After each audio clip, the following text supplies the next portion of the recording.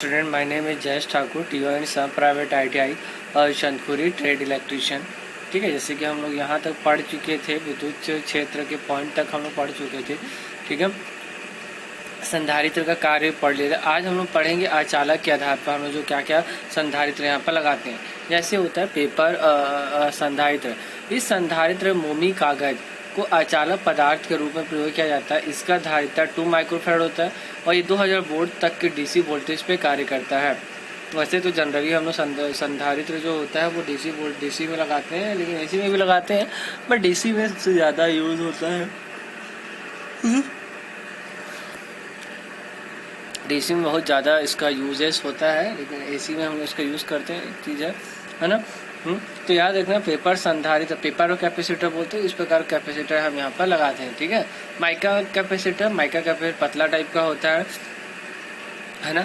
इस संधारित्र में अभ्रक की पतली शीट को अचालक पदार्थ के रूप में किया जाता है। अभ्रक की पतली शीट को ना अचालक पदार्थ के रूप में यहाँ पर प्रयोग करते हैं। ठीक है, तो याद रख लेना, अभ्रक पदार्थ होता है ना, अभ्रक कोई एक अभ्रक है, उसके रूप में हम लोग यहाँ पर इसका प्रयोग करते हैं। जैसे यहाँ पर देखो, अभ्रक का जो होता है इसका यहाँ पर हम यूज़ करते हैं। ठीक है, सेरामिक संधारित्र। इस संधारित्र में सेरामिक पदार्थ को अचालक पदार्थ के रूप में प्रयोग किया जाता है। इसका धारिता का मान 0.2 माइक्रोफैराड तथा 1500 वोल्ट तक DC पर कार्य करता है ना। तो हम सब चीज़ का भी प्रयोग करते हैं। इलेक्ट्रोलाइटिक कैपेसिटर का उपयोग बहुत ज़्यादा होता है, लेकिन इसमें क्या होता है, लुगदी का प्रयोग करते हैं। यहाँ पर हम देख रहे हैं, लुगदी का प्रयोग हम यहाँ पर करते हैं और इसका मान 2000 माइक्रोफैराड तक का होता है।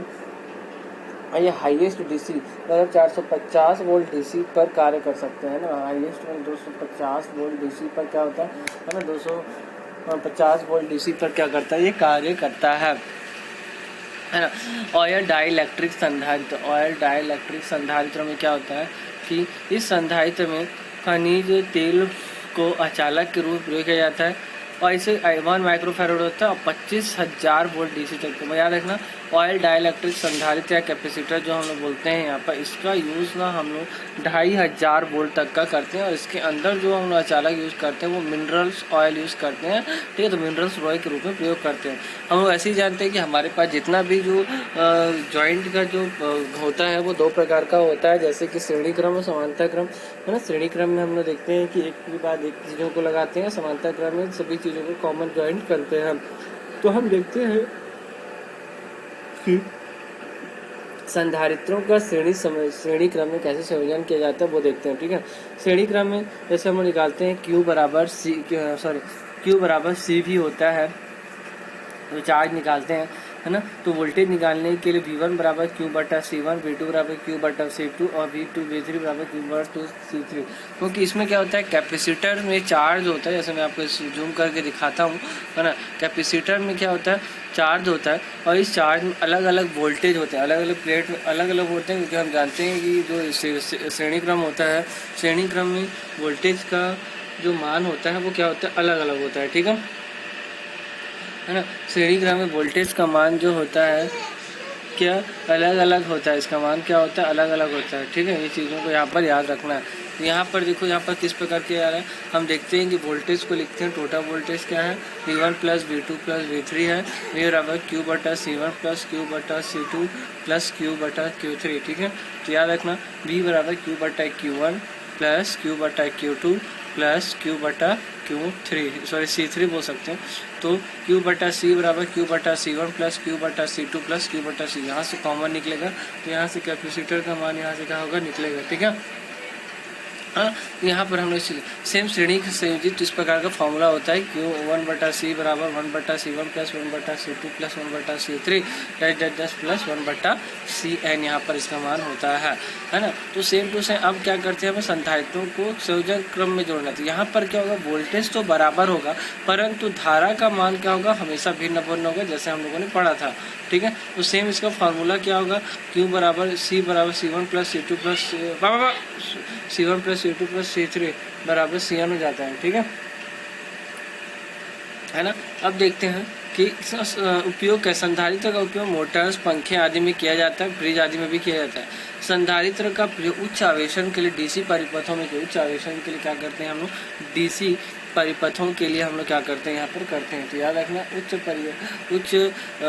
तो वही है, उच्च आवेशन के लिए डीसी परिपथों में किया जाता है। डीजल व पेट्रोलियम ईंधन चलित वाहनों में स्पार्किंग को कम करने के लिए भी संधारित्र का प्रयोग किया जाता है। तो वही है, डीजल व पेट्रोलियम ईंधन चलित वाहनों में स्पार्किंग कम करने के लिए भी किया जाता है।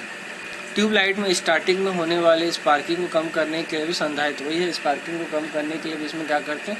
तो याद रखना संधारित्र का प्रयोग बहुत ज़्यादा होता है, यहाँ पर हम यूज़ करते हैं। शुद्ध संधारित्र क्या करता है, करंट और वोल्टेज के रिलेशन को एकदम 90 डिग्री कर देता है, ठीक है ना। तो क्या होता है, एसी स्रोत है या डीसी स्रोत में यहाँ पर आप देख रहे हैं, यहाँ पर उस चीज़ों को हम करते हैं ना, तो फॉर्मूला यहाँ पर होता है ना। तो ये चीज़ों को आपको याद रखना है। अब आता है धरातीय प्रतिघात, कैपेसिटिव रिएक्टेंस। प्रत्येक संधारित्र में कम या अधिक धारिता विद्यमान होते हैं, ये पता है हमें, जिसके कारण वो अपने सिरों पर आरोपित वोल्टेज के परिवर्तन होता है, ठीक है। और याद रखना मात्रक ओम भी कहलाता है। तो ये सब चीज़ें यहाँ पर उसको कहलाती हैं। फार्मूला यहाँ पर आप लोग लिख सकते हैं, कर सकते हैं, ठीक है ना। मेन आपको फार्मूला है, फार्मूला याद रखना है। जैसे इकाई शक्ति गुणांक का बोलेगा, है ना, शक्ति गुणांक का मान यदि किसी एसी परिपथ में धारातीय प्रतिघात या प्रेरकीय प्रतिघात परस्पर बराबर हो तो वहाँ पर धारा फेज समान रहते हैं, ठीक है। तो वहाँ पर इधर जहाँ पर किसी धारातीय प्रतिघात या प्रेरकीय प्रतिघात परस्पर बराबर हो, ठीक है, तो वोल्टेज और धारा का फेज समान रहता है। क्या रहता है, वोल्टेज तथा धारा का मान क्या रहता है, यहाँ पर सेम रहता है। इसको आपको पता होना चाहिए, है ना। तो याद होना चाहिए धारा प्रतिघात मान क्या हो जाता है, यहाँ पर सेम होता है, ठीक है। क्लियर है, बन जाएगा। हाँ, ये चीज़ों को आपको यहाँ पर भूलना नहीं है, आपको चीज़ों को याद रखना है और चीज़ों को क्या करना है, समझना है।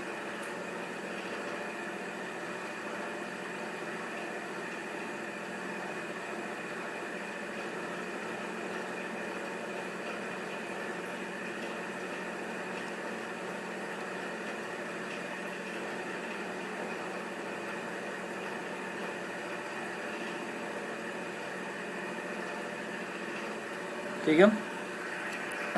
हाँ, तो अग्रगामी शक्ति गुणांक वही है कि अगर यदि किसी ऐसी परिपथ में धरातीय प्रतिघात प्रेरकीय प्रतिघात से अधिक होता है, वही धरातीय प्रतिघात प्रेरकीय प्रतिघात से अधिक होता है तो धारा वोल्टेज आगे रहती है अर्थात अग्रगामी होती है। शक्ति गुणांक को अग्रगामी कहा जाता है। याद रखना, शक्ति गुणांक को क्या कहा जाता है, अग्रगामी कहा जाता है। शक्ति गुणांक को अग्रगामी कहा जाता है, ठीक है।